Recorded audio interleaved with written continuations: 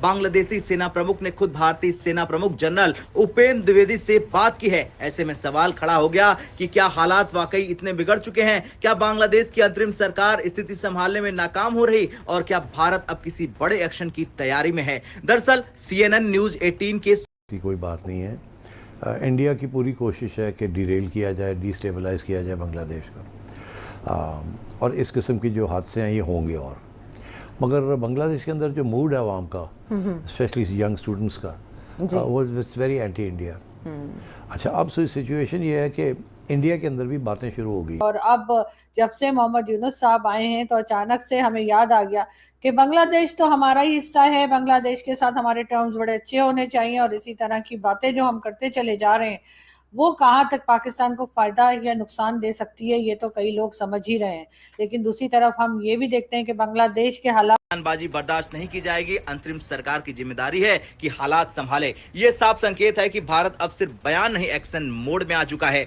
अब कहा तो ये भी जा रहा है कि भारत के सख्त रुख को देखते हुए बांग्लादेशी नेतृत्व घबराया हुआ नजर आ रहा। यही वजह है कि बांग्लादेशी सेना प्रमुख ने खुद फोन उठाया और भारतीय सेना प्रमुख जनरल उपेंद्र द्विवेदी से सीधी बात की। सेना से सेना की बातचीत आमतौर पर तभी होती है जब हालात बेहद संवेदनशील हो। शिकार मुश्तदेशी यूथ सड़कों पर भारत मुखालिफ नारे लगा रही है और मुजाहिरीन ने भारतीय हाई कमीशन की तरफ मार्च भी किया है।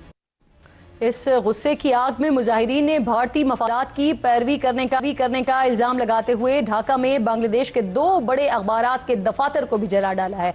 इसी दौरान शेख मुजीबुर रहमान का घर भी नजर आतिश कर दिया गया है।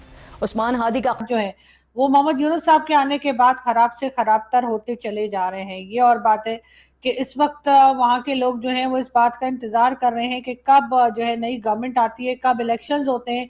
जब से इलेक्शंस अनाउंस हुए हैं तब से बांग्लादेश के हालात दोस्तों, बांग्लादेश के अंदर जो हालात हैं वो इस समय काफी ज्यादा एंटी इंडिया हो चुके हैं और इसके पीछे कौन है यह भी भारत को पता है। परंतु इस समय जहां पर हमारा पड़ोसी देश भिकारिस्तान बहुत ज्यादा खुशी मना रहा था कि चलो बांग्लादेश में एंटी इंडिया स्टेटमेंट चल रही है, तो वहीं पर बांग्लादेश के आर्मी चीफ ने भारत के आर्मी चीफ को घुमा डाला है फोन। और खबर है कि दोनों ही देश के आर्मी चीफ के बीच में बातचीत हुई है और इस बातचीत से पाकिस्तान को सबसे बड़ा झटका लगा होगा, क्योंकि इस समय मोहम्मद यूनुस तो एक कठपुतली है। यदि कोई सबसे बड़ी पावर के अंदर है तो वो बांग्लादेश का आर्मी चीफ बकार उस जमान है और उसका भारत के साथ कांटेक्ट करना दोनों ही देशों के बीच में एक बड़ी डेवलपमेंट दिखाता है। और निश्चित रूप से यह डेवलपमेंट पाकिस्तान के हित में तो होने वाली नहीं है और इसी को लेकर पाकिस्तान काफी ज्यादा चिंता में है और पाकिस्तानी मीडिया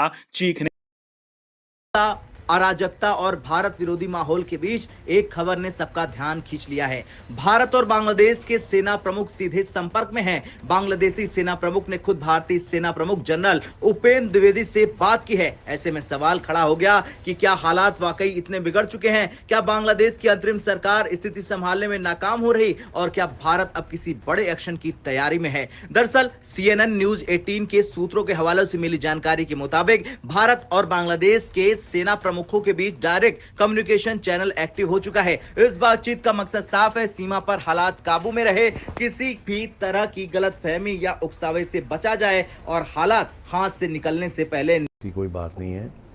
इंडिया की पूरी कोशिश है कि डिरेल किया जाए, डिस्टेबलाइज किया जाए बांग्लादेश का, और इस किस्म की जो हादसे हैं ये होंगे। और मगर बांग्लादेश के अंदर जो मूड है आवाम का, स्पेशली यंग स्टूडेंट्स का, वो इट्स वेरी एंटी इंडिया। अच्छा, अब सिचुएशन ये है कि इंडिया के अंदर भी बातें शुरू हो गई हैं कि बांग्लादेश हमारे हाथ से निकल गया है। पाकिस्तान, चाइना, बांग्लादेश का एक नेक्सस बन रहा है, एक ट्रायंगल बन रहा है। This will threaten India.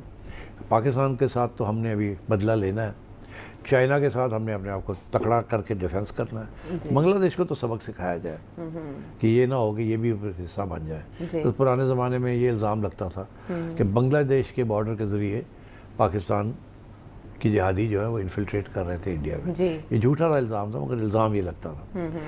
ठीक, यहाँ से border cross LOC to Kashmir, उधर से बांग्लादेश से।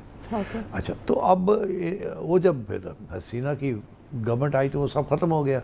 Pakistan was persona non grata, India जम गया वहाँ।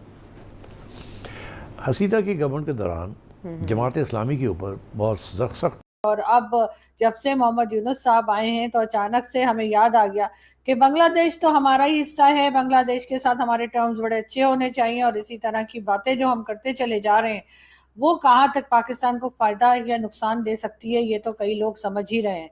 लेकिन दूसरी तरफ हम ये भी देखते हैं कि बांग्लादेश के हालात जो हैं वो मोहम्मद यूनुस साहब के आने के बाद खराब से खराब तर होते चले जा रहे हैं। ये और बात है कि इस वक्त वहाँ के लोग जो हैं वो इस बात का इंतजार कर रहे हैं कि कब जो है नई गवर्नमेंट आती है, कब इलेक्शंस होते हैं।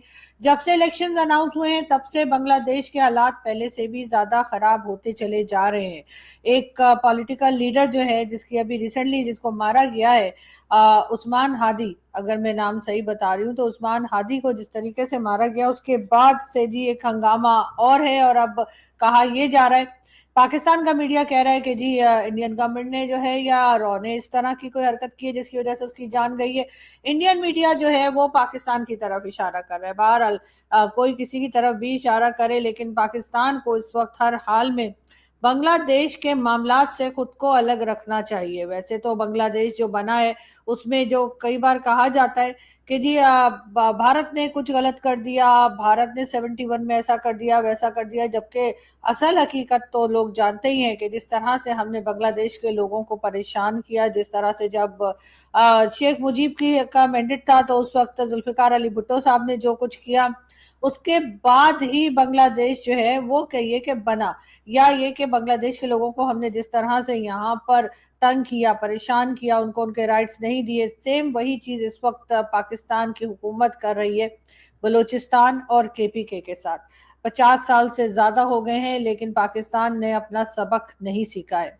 हम बार बार वही गलती दोहरा रहे हैं जो हमने बांग्लादेश में की थी। इस बार हम वही गलती जो है वो केपीके में दोहरा रहे हैं, वही गलती हम इस वक्त कह लीजिए कि बलूचिस्तान में दोहरा रहे हैं। लेकिन ये समझने को तैयार नहीं है कि अगर जो कहा जाता है हमारे यहाँ कि जी पाकिस्तान 27 रमजान को बना था, पाकिस्तान की सरहद पार दहशतगर्दी की साजिश ने बांग्लादेश में गुस्से की चिंगारी को हवा देकर आग बबूला कर दिया है। ढाका, चिटागोंग समेत बांग्लादेश का शायद ही कोई कोना हो जहां इस वक्त भारत के खिलाफ शदीद एहतजाज और मुजाहरे न हो रहे हैं।